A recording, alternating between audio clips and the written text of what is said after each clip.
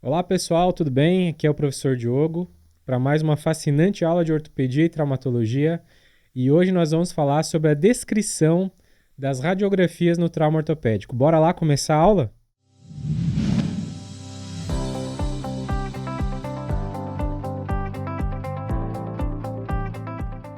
Sem demora, pessoal, vamos começar a aula então.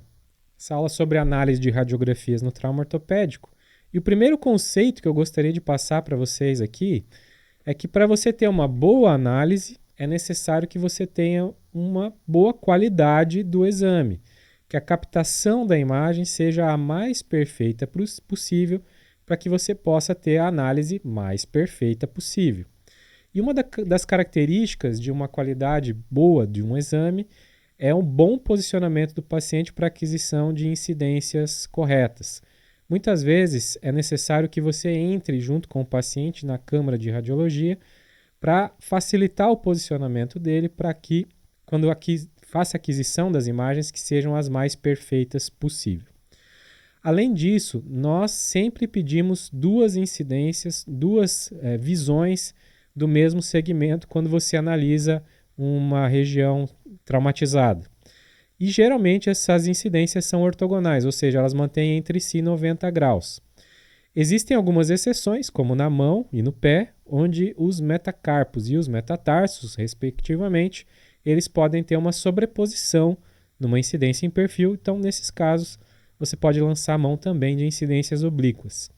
E é claro que em várias articulações nós temos incidências particulares específicas que facilitam o diagnóstico de uma doença ou de um trauma ou outro.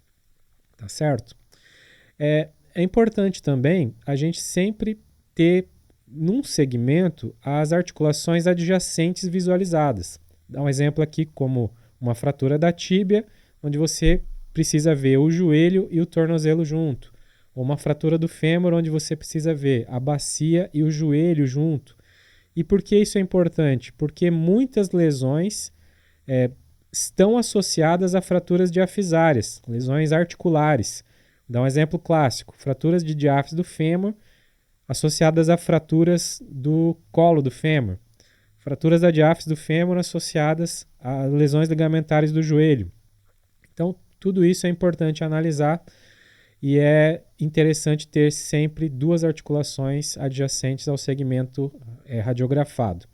E é óbvio que é preciso ter um exame clínico prévio, onde você perceba quais articulações precisam ser radiografadas e solicite os exames conforme a sua análise clínica. E é necessário também que o técnico tenha capacidade de produzir a imagem com a maior nitidez, com a maior clareza de informações que a gente precisa, tá certo? Além disso, você precisa ser um bom interpretador, né? Precisa ter uma qualidade na sua interpretação. É necessário que você tenha uma análise cuidadosa de todos os elementos anatômicos. Texturas também, contornos dos ossos, das relações entre os ossos. Tudo isso é muito importante, uma análise cuidadosa. E nunca deve se menosprezar o exame.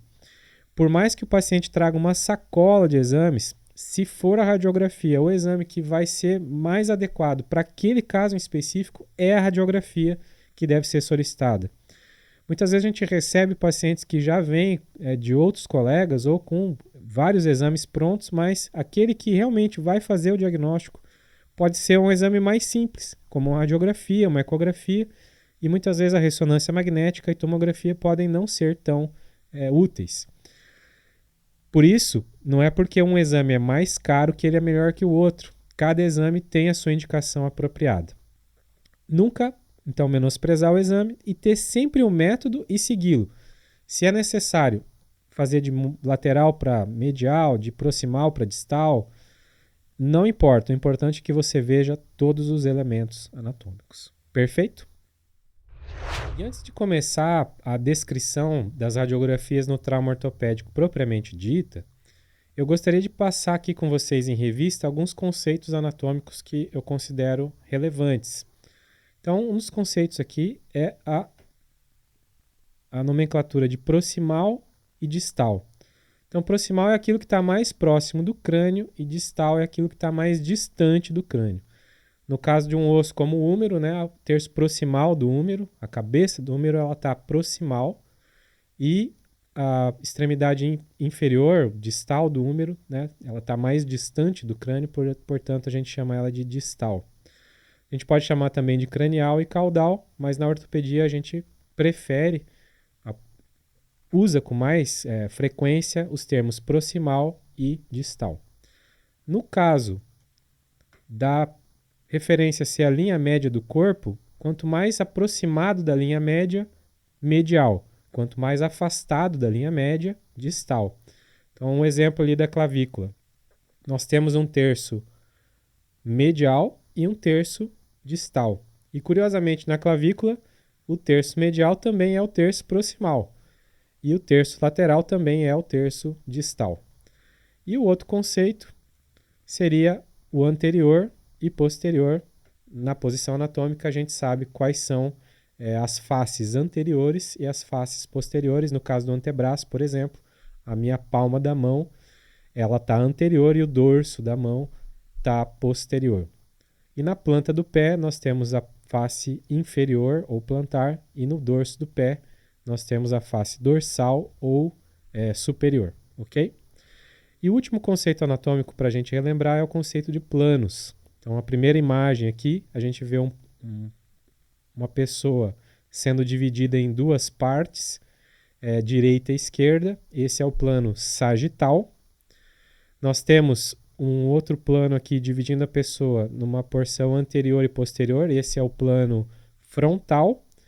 E nós temos um terceiro elemento aqui sendo dividido por um plano transversal, que vai fazer com que exista uma divisão superior e inferior, ou então proximal e distal.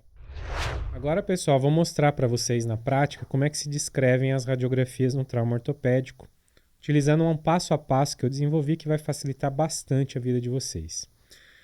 E a primeira medida é nominar a região anatômica e as incidências que foram coletadas. Então, em qualquer visita, qualquer reunião clínica, em qualquer conversa com o ortopedista, sempre que você vai passar um caso, você começa dizendo: essa é uma radiografia do segmento tal nas incidências antero-posterior e perfil.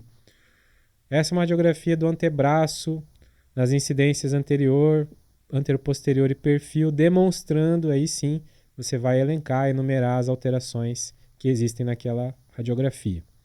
Esta é uma radiografia da bacia, nas incidências panorâmico em AP, alar e obturatriz, demonstrando uma fratura do acetábulo, bababá, bababá. Então, sempre vai começar nominando a região anatômica e as incidências que foram coletadas. E depois que você fez essa nominação da região anatômica das incidências, que você vai proceder agora à enumeração das alterações encontradas, nós vamos usar 4 perguntas para desenvolver essa descrição. A primeira pergunta é muito simples, que é saber qual é o osso fraturado.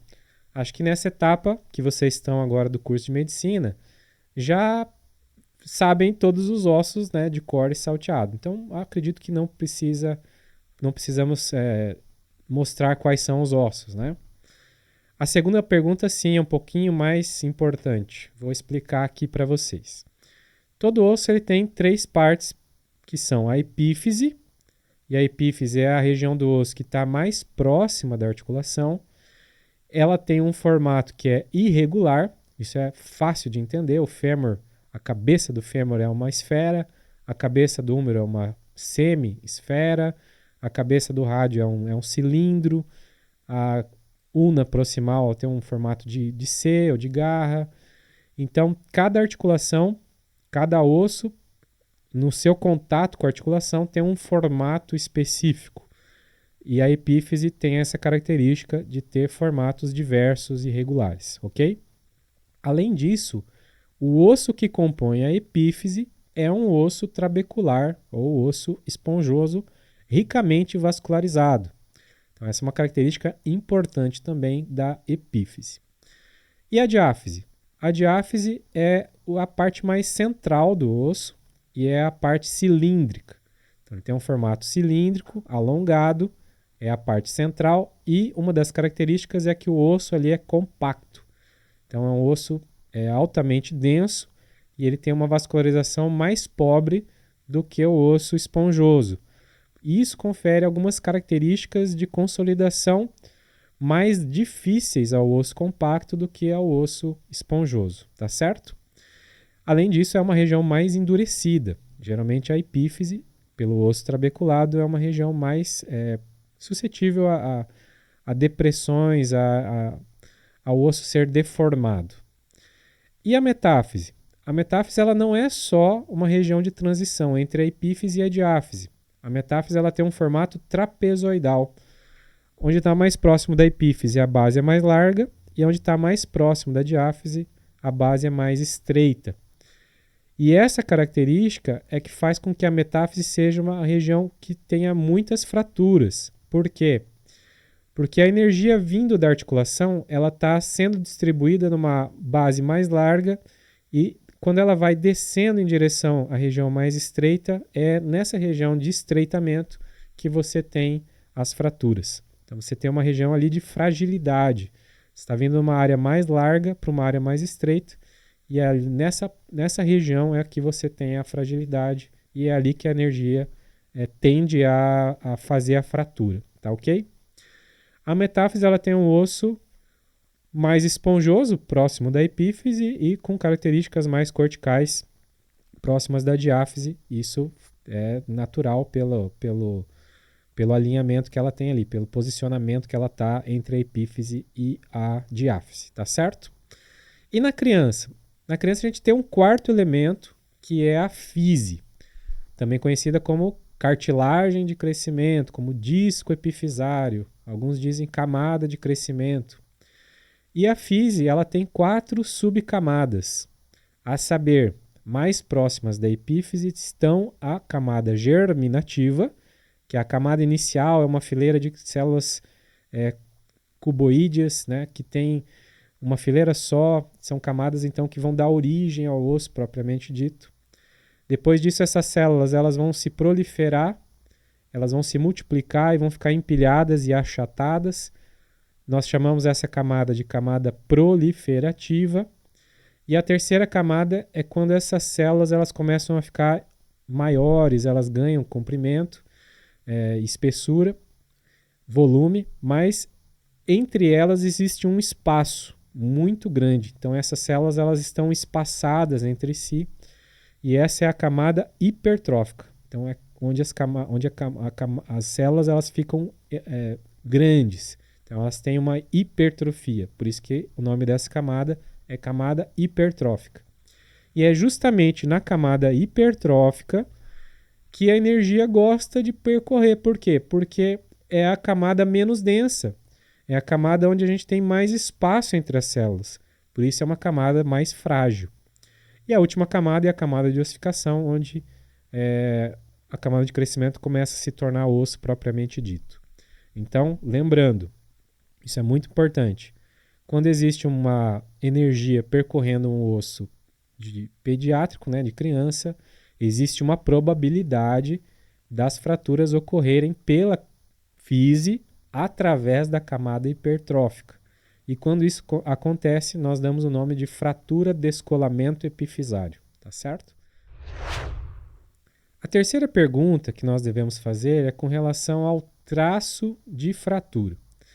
E os traços de fratura, existem aqueles que são mais apropriados para descrever as fraturas diafisárias e tem aqueles que são mais apropriados para descrever as fraturas metáfiso-epifisárias. Vamos começar falando dos traços que são apropriados para as fraturas diafisárias. São 3 classificações. Os traços simples, os traços com asa de borboleta, o terceiro fragmento, e os traços cominutivos. Entre os traços que são simples, nós vamos utilizar aqui o critério da energia, né, que promove a fratura. O traço simples espiral é o primeiro subtipo, o traço simples oblíquo é o segundo subtipo e o traço simples transverso é o terceiro subtipo. Nas fraturas com terceiro fragmento em asa de borboleta, nós temos o primeiro subtipo, é fragmento terceiro espiralado. O subtipo 2 seria um fragmento terceiro em inclinação. E o terceiro subtipo seria um terceiro fragmento multifragmentado. E dentre as fraturas cominutivas, nós teríamos 3 subtipos. O primeiro seria fraturas espiraladas, cominutivas, fraturas segmentares e fraturas irregulares. Vou mostrar aqui um exemplo para facilitar um pouco para vocês. Ó. Vamos pegar essa primeira imagem aqui, assumindo que seja um traço simples e espiral. Então, como é que eu faria a descrição dessa imagem? É uma radiografia da perna na incidência antero-posterior, demonstrando uma fratura da diáfise da tíbia com traço simples espiral. Perfeito? E essa última imagem aqui, uma fratura diafisária da tíbia, demonstrando um traço de fratura segmentar, tanto na diáfise da tíbia quanto na diáfise da fíbula. Mais um exemplo só para terminar. Vamos pegar essa penúltima imagem. A incidência em perfil da perna, demonstrando uma fratura da diáfise da tíbia com um terceiro fragmento em inclinação. Tá? Essas seriam descrições perfeitas. E se fosse uma metáfise, né, uma fratura que envolvesse a metáfise e a epífise, como é que nós descreveríamos os traços? Então, nós teríamos os traços que são extraarticulares, ou seja, eles só passam pela metáfise e não têm nenhum envolvimento da articulação. Existiriam os traços que são parciais articulares, ou seja, eles vão parte da metáfise em direção à articulação, não chegam a completar a metáfise, passam pela metáfise e vão em direção à articulação sem passar por toda a metáfise. E as fraturas completas articulares são aquelas que passam por toda a metáfise e comprometem também a articulação. Dentre esses 3 tipos, o que tem subtipos mais importantes é o completo articular, onde a gente teria um subtipo que teria uma metáfise, uma linha, um traço de fratura metafisário simples com um traço articular simples. Na sequência, um subtipo onde você teria um traço metafisário complexo com um traço articular simples e aquilo que é de mais, vamos dizer assim, complicado para resolver, que seriam os traços metafisários complexos e os traços articulares complexos. Então aqui vocês entendem também que existe uma progressão da energia. Desde as fraturas extraarticulares até essa última, que tem traços metafisários complexos, articulares complexos, a energia ela vai progredindo em intensidade. Vamos ver um exemplo? Olha lá que legal. Essa primeira imagem aqui é uma fratura extraarticular do rádio distal. A segunda imagem é uma fratura parcial articular. Percebam que a linha de fratura começa na metáfise e tem uma extensão única para a articulação. E aqui embaixo são os exemplos das fraturas completas articulares. Essa primeira, traço metafisário simples, articular simples, traço metafisário complexo, articular simples, e traço metafisário complexo com traços articulares complexos. Então, entendam que tem a ver com a energia, essa subclassificação, essa classificação dos traços metafisários e das diafisárias também. E é importante entender onde começa a fratura e onde ela termina para você poder fazer a descrição perfeita. E o último item é com relação ao desvio da fratura. Esse aqui é o item com certeza o mais embaçado, mais difícil que tem, porque existem algumas convenções, algumas arbitrariedades que o ortopedista utiliza que nem todos os médicos generalistas vão entender. Mas eu vou explicar bem devagarinho para que todos entendam. Com relação ao desvio, primeira característica que a gente tem que analisar é o tipo de desvio. Então, existem fraturas que não têm desvio, são sem desvio, que são aquelas que o alinhamento anatômico, o eixo anatômico, né, a anatomia do osso não foi comprometida. Existem as fraturas que são transladadas, é uma fratura rara, onde você tem só um deslizamento lateral do fragmento distal em relação ao proximal. Existem as fraturas anguladas, essas são mais fáceis de entender, né? Você tem um ângulo entre os fragmentos. As fraturas cavalgadas ou encurtadas, onde você tem uma sobreposição dos fragmentos, e as fraturas rodadas, rotacionadas ou com desvio rotacional, onde o fragmento proximal está num eixo e o fragmento distal está girado em relação ao fragmento de cima. Então, esses são os tipos de desvio.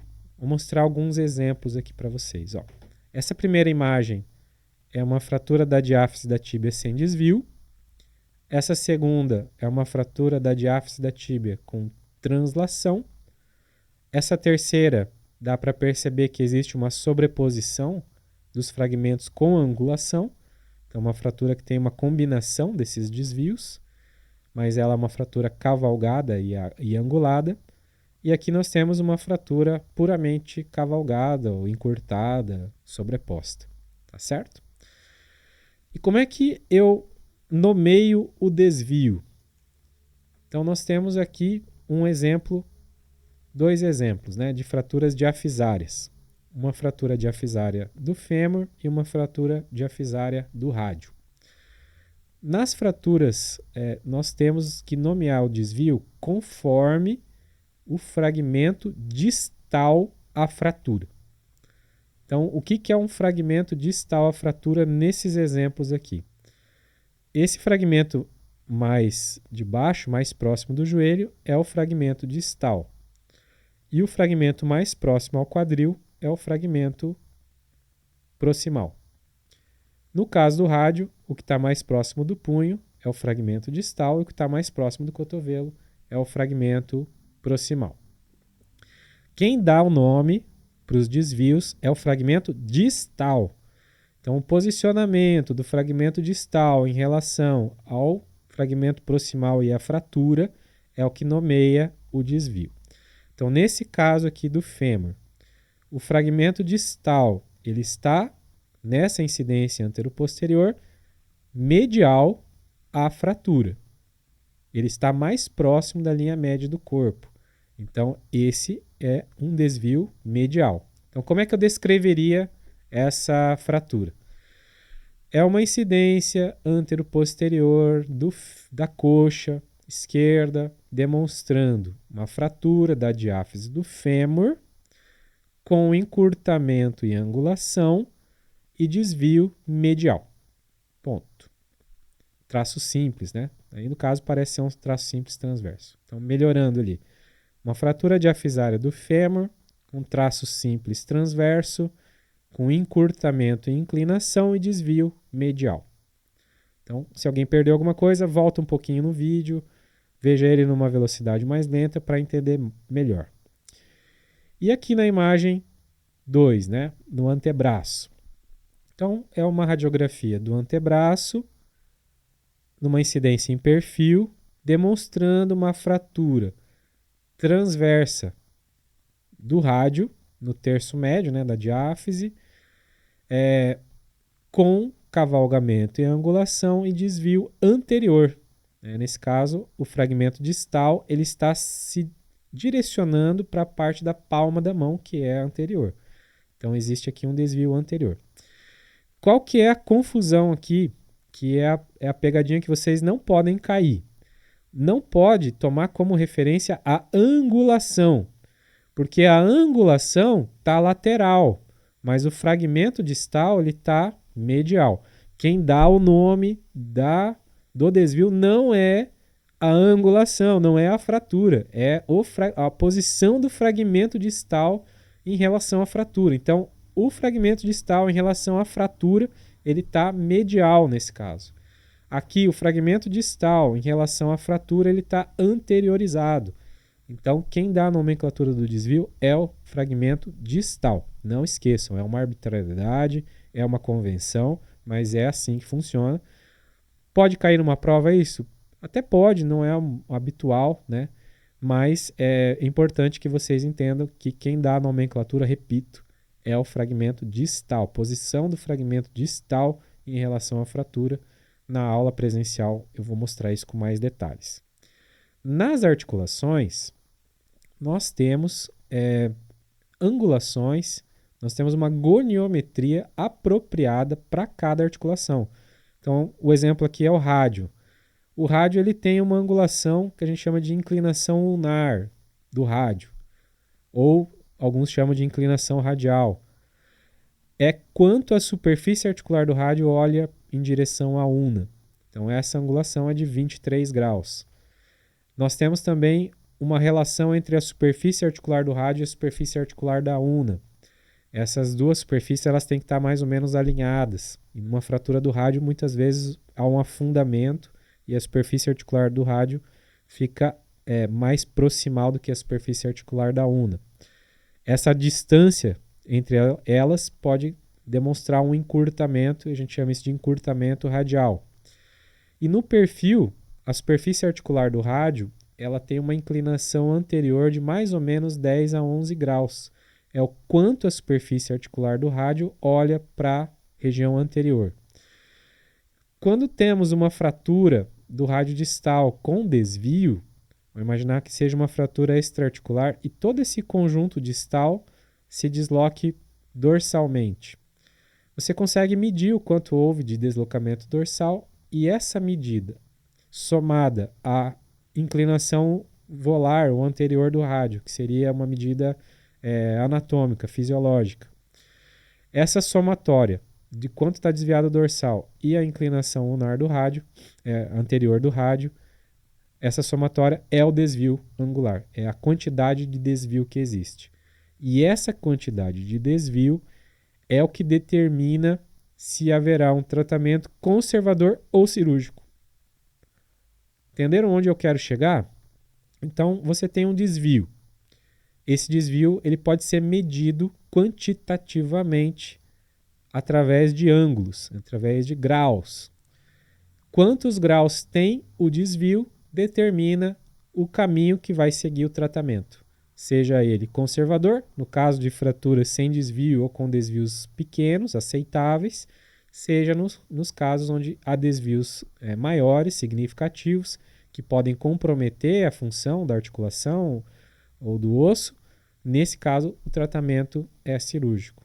É óbvio que existem exceções, alguns casos são fraturas que são imperativos, os tratamentos cirúrgicos, como nos fêmur proximal, mas, de uma forma geral, a gente leva em consideração o desvio para que você tenha a escolha, a opção de um tratamento conservador ou cirúrgico. Então, é claro também que o ortopedista, quando ele pega uma radiografia na mão, ele faz esse cálculo em milissegundos. Ele bate o olho, ele já sabe mais ou menos quantos graus tem o desvio. Ele não vai pegar o goniômetro, medir, a não ser que seja no ambiente acadêmico, de residência, para saber exatamente quantos milímetros tem para indicar um tratamento conservador ou cirúrgico. Ele vai bater o olho e já vai saber. Porém, desconstruindo o pensamento do ortopedista, abrindo a caixa preta do cérebro do ortopedista, esse é o entendimento, o raciocínio que ele tem. Ele analisa mais ou menos qual é o desvio da fratura e aí ele determina, de acordo com a experiência dele, com as condições materiais que ele tem para fazer a cirurgia ou não, qual é o tratamento que o paciente vai ter, seja conservador ou cirúrgico. Beleza, pessoal? Então, lembrando que outras articulações também têm angulações, como quadril, tornozelo, calcâneo. Então, todas essas angulações são importantes, mas no fundo, o que nós queremos saber é a quantidade de desvio que tem. E sabendo a quantidade de desvio, a gente determina qual é o tratamento. Por isso que é tão importante a descrição das radiografias no trauma ortopédico. Beleza? E com esse slide eu me despeço de vocês. Espero que se mantenham firmes no estudo e até a aula presencial. Abraço!